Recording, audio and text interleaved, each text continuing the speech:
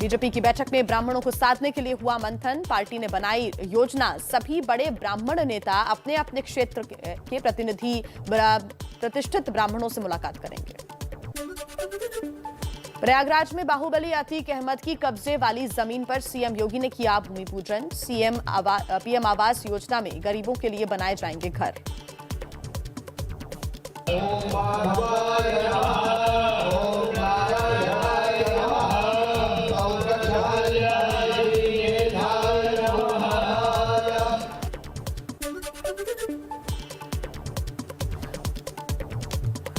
UP के पंचायती राज मंत्री भूपेंद्र चौधरी का विवादित बयान। कहा, दोबारा हमारी सरकार आई तो ओवैसी भी जनेऊ पहनकर घूमेंगी और वोट भी बनाएंगे। विश्वास है, स्नेह है, आपकी सक्रियता से लगता है तो ये ओवैसी भी जनेऊ डाल के घूमेगा और अपना गोत्र बताएगा। आप चिंता।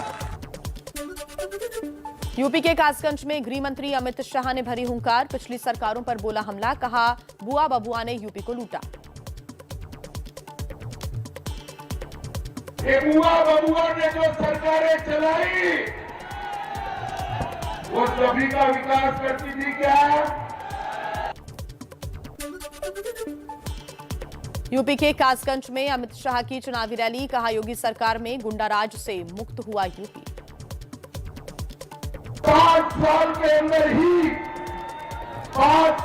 अंदर ही योगी आदित्यनाथ के नेतृत्व में सारे गुंडे यूपी से पलायन कर गए हैं।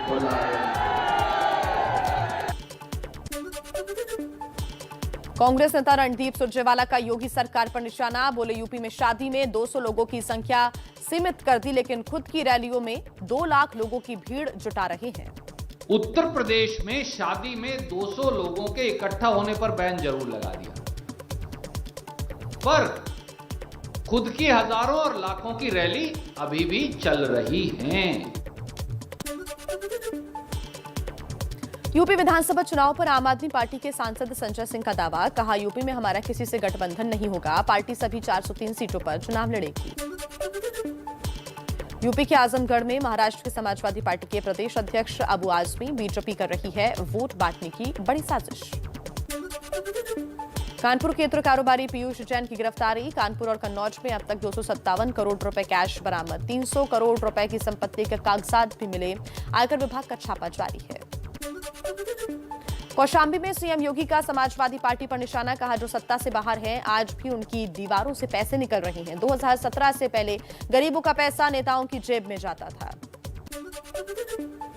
अखिलेश यादव का पीयूष जैन को लेकर बीजेपी पर निशाना। विज्ञापन की तस्वीर ट्वीट करते हुए लिखा, झूठ के फूल की मिल गई जड़, बीजेपी के गिरते स्तर का शिखर। कांग्रेस की मैराथन प्रतियोगिता में मोदी के लिए नारेबाजी। मैराथन में भाग लेने वाली छात्राओं ने मोदी जिंदाबाद के नारे लगाए।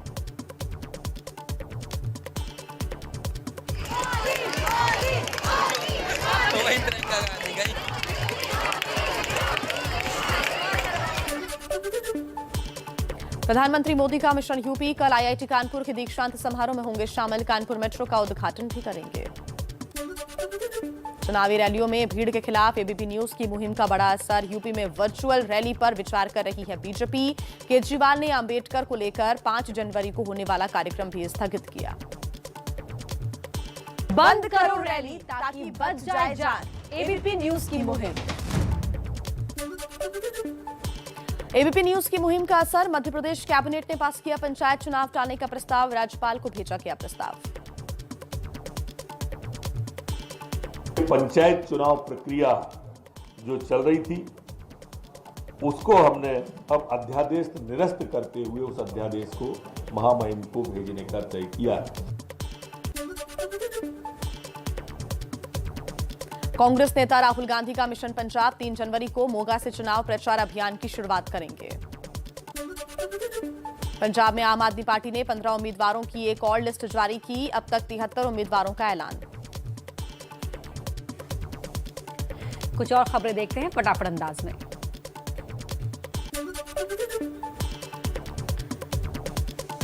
चुनाव आयोग के केंद्रीय स्वास्थ्य सचिव के साथ सुबह 11 बजे बैठक। ओमिक्रॉन के बढ़ते खतरे के बीच रैलियों और चुनावों को लेकर होगी चर्चा। क्या चुनावी रैलियों पर लगेगी रोक?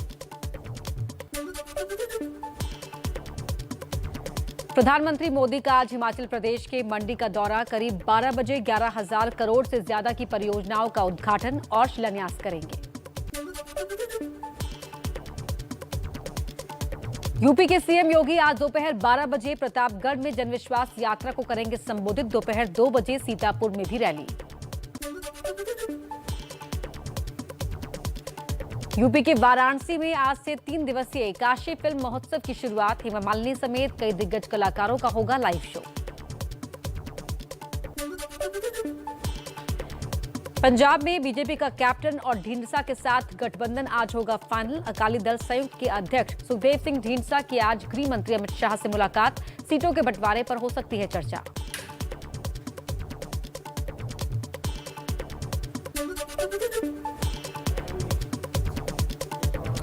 चंडीगढ़ नगर निगम चुनाव के वोटों की गिनती आज आएंगे नतीजे। 24 दिसंबर को हुआ था मतदान।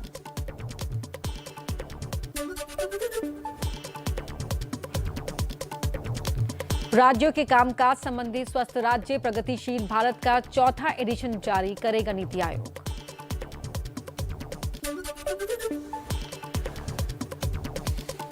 आज 18 संपत्तियों की नीलामी करेगी। शेयर बाजार में पैसे लगाने वालों को सुरक्षा देने वाली संस्था से भी निवेशकों के पैसों की होगी वसूली। पीएम मोदी का नए साल की शुरुआत में विदेश दौरा। 6 जनवरी को यूएई जाएंगे पीएम मोदी। दुबई एक्सपो और भारत यूएई मुक्त व्यापार समझौते पर हस्ताक्षर को लेकर ऐतिहासिक होगी यात्रा।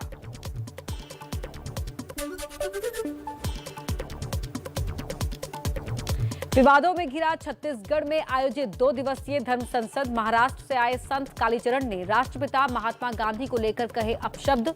महंत राम सुंदर दास ने जाहिर की नाराजगी, किया धर्म संसद का बहिष्कार।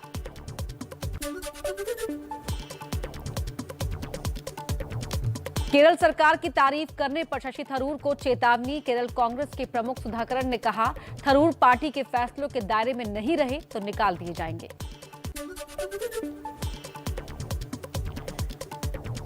नागालैंड गोलीकांड पर कांग्रेस प्रतिनिधि मंडल ने अपनी रिपोर्ट सोनिया गांधी को सौंपी। संसद में गृह मंत्री अमित शाह के बयान पर सवाल खड़े किए और इस्तीफे की मांग की।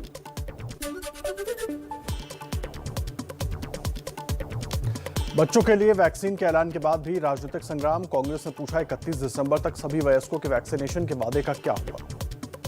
15 साल से 18 साल की आयु के बीच के जो बच्चे हैं, अब उनके लिए देश में वैक्सीनेशन प्रारंभ होगा। 18 साल और उससे बड़े वयस्कों को, एडल्ट्स को 59.40 करोड़ वैक्सीन कब लगेगी?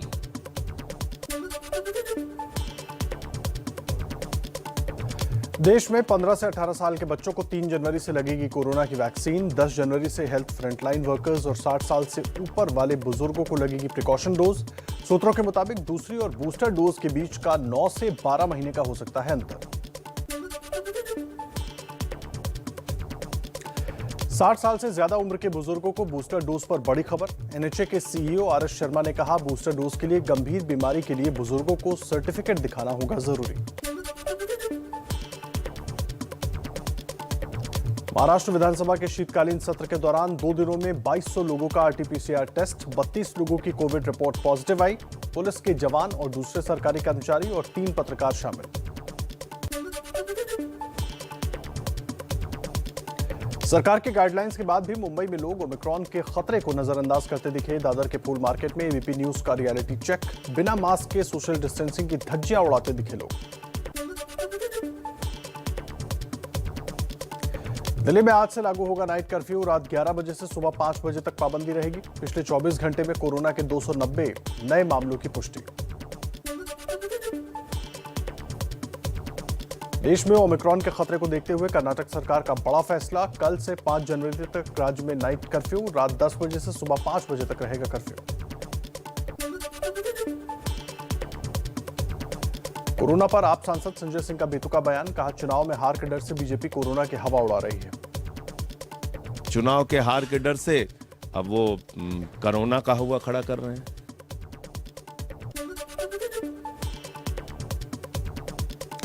यूपी के भरथना की बीजेपी विधायक सावित्री कठेरिया का कोरोना को लेकर अजीबोगरीब बयान। कहा, हम सब किसान हैं और कोरोना किसानों से डरता है।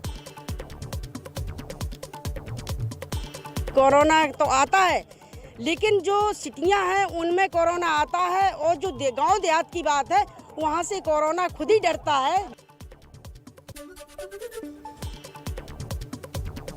एमपी के छतरपुर में आदिवासी बेटी बनी फौजी। ट्रेनिंग कर गांव लौटी सविता तो गांव में हुआ भव्य स्वागत। गांव की महिलाओं ने तिलक लगाकर उतारी आरती।